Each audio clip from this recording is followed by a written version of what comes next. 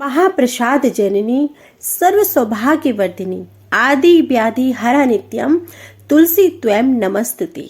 जय तुलसी माता। हमारे हिंदू धर्म में तुलसी विवाह कराना काफी पुण्यदायी माना जाता है और ऐसा कहा जाता है कि तुलसी विवाह कराने से कन्यादान के बराबर फल मिलता है और जीवन में सुख समृद्धि आती है। कार्तिक मास के शुक्ल पक्ष की द्वादशी को माता तुलसी का भगवान विष्णु जी के स्वरूप सालिग्राम से विवाह कराया जाता है। ऐसी मान्यता है तुलसी विवाह कराने से जीवन के सभी कष्ट दूर होते हैं। तो आइए सबसे पहले जानते हैं तुलसी विवाह की तिथि और शुभ मुहूर्त। देव उठनी एकादशी के दिन चातुर्मास की समाप्ति होती है और इसके बाद माता तुलसी और भगवान शालिग्राम का विवाह आयोजन किया जाता है। तुलसी विवाह के दिन द्वादशी तिथि 23 नवंबर को रात 9:01 पर शुरू होगी और इसका समापन 24 नवंबर को शाम 7:06 पर होगा। उदया तिथि के अनुसार इस बार माता तुलसी का विवाह 24 नवंबर को किया जाएगा। द्वादशी के दिन तुलसी विवाह का शुभ मुहूर्त जान लीजिए। 24 नवंबर को सुबह 11:43 से लेकर 12:26 तक है। इसके अलावा दूसरा शुभ मुहूर्त रहेगा दोपहर 1:54 से दोपहर 2:38 तक। इस बीच आप तुलसी विवाह कर सकते हैं। अब जान लीजिए तुलसी विवाह में आपको कौन कौन सी सामग्री रखनी है। मौसम के अनुसार आप फल रख लीजिए, फूल, धूप, दीप, भोग रख लीजिए बनाकर, हल्दी, कुमकुम, तिल, हल्दी की गांठ, बताशा, दिए, माता तुलसी जी, भगवान विष्णु जी का चित्र, भगवान शालिग्राम, गणेश जी की प्रतिमा, सुंदर सा रुमाल, श्रृंगार का पूरा सामान, कपूर, घी का दीपक, आंवला, चने की भाजी, सिंघाड़ा, हवन सामग्री, मंडप बनाने के लिए गन्ना, लाल चुनरी और वर वधू के दिए जाने वाले आवश्यक सामान पहले एक साथ रखनी है। अब जानिए कि आपको तुलसी विवाह किस प्रकार करना है। आपको बताते हैं कि तुलसी विवाह की सही विधि क्या है, क्योंकि कोई भी कार्य अगर पूरे विधि विधान से किया जाए तभी वह कार्य और पूजा सफल मानी जाती है। जो लोग तुलसी विवाह के आयोजन में शामिल होना चाहते हैं तो सबसे पहले वे नहा धोकर साफ सुथरे कपड़े पहनकर तैयार हुए। जिन लोगों को माता तुलसी जी का कन्यादान करना है उन्हें व्रत रखना चाहिए। माता तुलसी का विवाह हमेशा शुभ मुहूर्त में करना चाहिए। शुभ मुहूर्त में तुलसी जी के पौधे को आंगन में या फिर घर की एक छत पर एक चौकी पर स्थापित करें। अब एक दूसरी चौकी पर भगवान शालिग्राम जी को स्थापित करें। चौकी पर अष्टदल कमल बनाकर उस पर कलश की स्थापना करें। कलश में जल भरें। कलश पर 5 आम के पत्ते रखें और उस पर एक लाल कपड़े में नारियल लपेटकर रख दें। तुलसी जी के गमले पर गेरू लगाएं, साथ ही जमीन पर रंगोली भी बनाएं। तुलसी जी की चौकी को शालिग्राम जी की चौकी के बाईं तरफ रखें। अब घी का दीपक जलाएं। माता तुलसी और भगवान शालिग्राम जी पर गंगा जल से छिड़काव करें। रोली का टीका तुलसी माता को लगाएं और चंदन का टीका लगाएं भगवान शालिग्राम जी को। तुलसी जी के गमले की मिट्टी पर एक मंडप बनाएं। तुलसी जी को लाल चुनरी जरूर पहनाएं।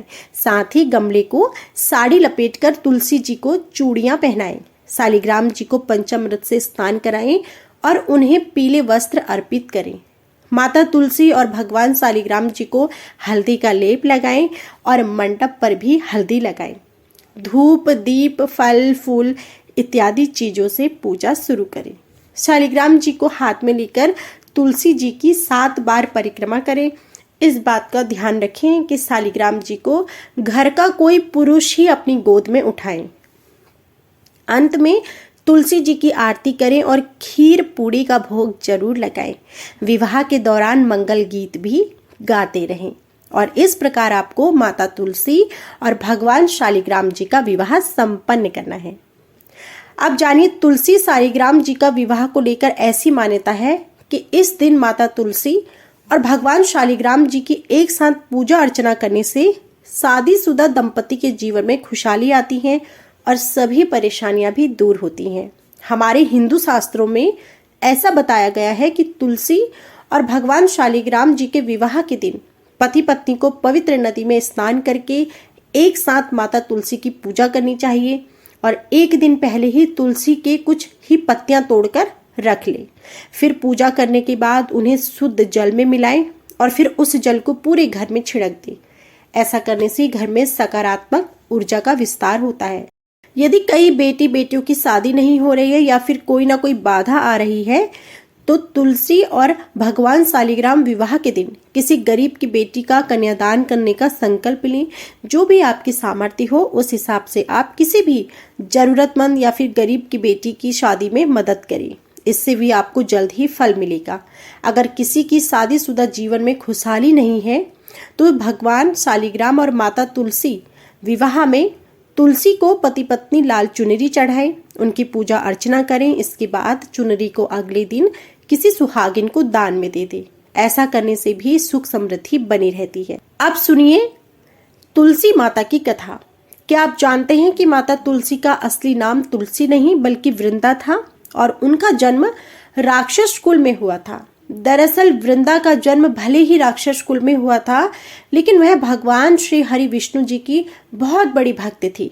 वृंदा जब बड़ी हुई तो उनका विवाह असुरराज जलंधर से हुआ। यहाँ जानने वाली बात यह है कि जलंधर की उत्पत्ति भगवान शिव से निकले क्रोध से हुई थी। अब क्योंकि जलंधर महादेव के क्रोध से उत्पन्न हुआ था, इसलिए वह बहुत शक्तिशाली था। वृंदा भगवान विष्णु जी की परम भक्त तो थी ही, साथ ही वह बहुत ही पतिव्रता स्त्री थी। उनकी भक्ति और पूजा के कारण उनका पति जलंधर अजेय होता गया और इसी कारण से उसे अपनी शक्तियों पर अभिमान हो गया। एक समय वह आया जब जलंधर ने स्वर्ग पर आक्रमण कर देव कन्याओं को अपने अधिकार में ले लिया और इससे क्रोधित होकर सभी देव भगवान श्री हरि विष्णु की शरण में गए और जलंधर के आतंक का अंत करने की प्रार्थना की। लेकिन जलंधर का अंत करने के लिए सबसे पहले उसकी पत्नी वृंदा का सतीत्व भंग करना बहुत ही जरूरी था। इसलिए भगवान विष्णु जी ने अपनी माया से जलंधर का रूप धारण कर वृंदा के पतिव्रत धर्म को नष्ट कर दिया। इसके बाद जलंधर की शक्ति कम हो गई और वह युद्ध में मारा गया। जब वृंदा को श्री हरि के इस छल का पता चला तो उसने भगवान विष्णु जी से कहा कि हे नाथ, मैंने आजीवन आपकी आराधना की और आप मेरे साथ ऐसा कैसे कर सकते हैं। भगवान श्री हरि के पास इस सवाल का कोई जवाब नहीं था। तो तब वृंदा ने भगवान श्री विष्णु जी से कहा कि आपने मेरे साथ एक पत्थर की तरह व्यवहार किया है। मैं आपको श्राप देती हूँ कि आप पाषाण यानी कि पत्थर बन जाए। वृंदा के यह कहते ही भगवान श्री हरि पत्थर के समान हो गए और सृष्टि का संतुलन बिगड़ने लगा। तब देवताओं ने वृंदा से याचना करते हुए कहा कि वे अपना श्राप वापस ले लें। भगवान विष्णु जी भी वृंदा के साथ किए हुए इस छल से बहुत लज्जित थे। आखिर में वृंदा ने भगवान विष्णु को क्षमा कर दिया। श्री हरि को श्राप मुक्त कर वृंदा जलंधर के साथ ही सती हो गई। वृंदा की राख से एक पौधा निकला जिसे श्री हरि विष्णु जी ने तुलसी का नाम दिया और वरदान दिया कि तुलसी के बिना मैं किसी भी प्रसाद को ग्रहण नहीं करूंगा। मेरे शालिग्राम रूप से तुलसी का विवाह होगा और कालांतर में लोग इस तिथि को तुलसी विवाह के रूप में पूजेंगे। जो भी इस दिन विधि विधान से मेरा पूजन करेगा उसे सुख और सौभाग्य की प्राप्ति होगी। तुलसी विवाह का आयोजन करना बहुत ही शुभ माना जाता है। मान्यता है कि इस दिन भगवान विष्णु के स्वरूप शालिग्राम के साथ तुलसी माता का विवाह कराने वाले व्यक्ति के जीवन से सभी कष्ट दूर हो जाते हैं और उस पर भगवान हरि की विशेष कृपा होती है।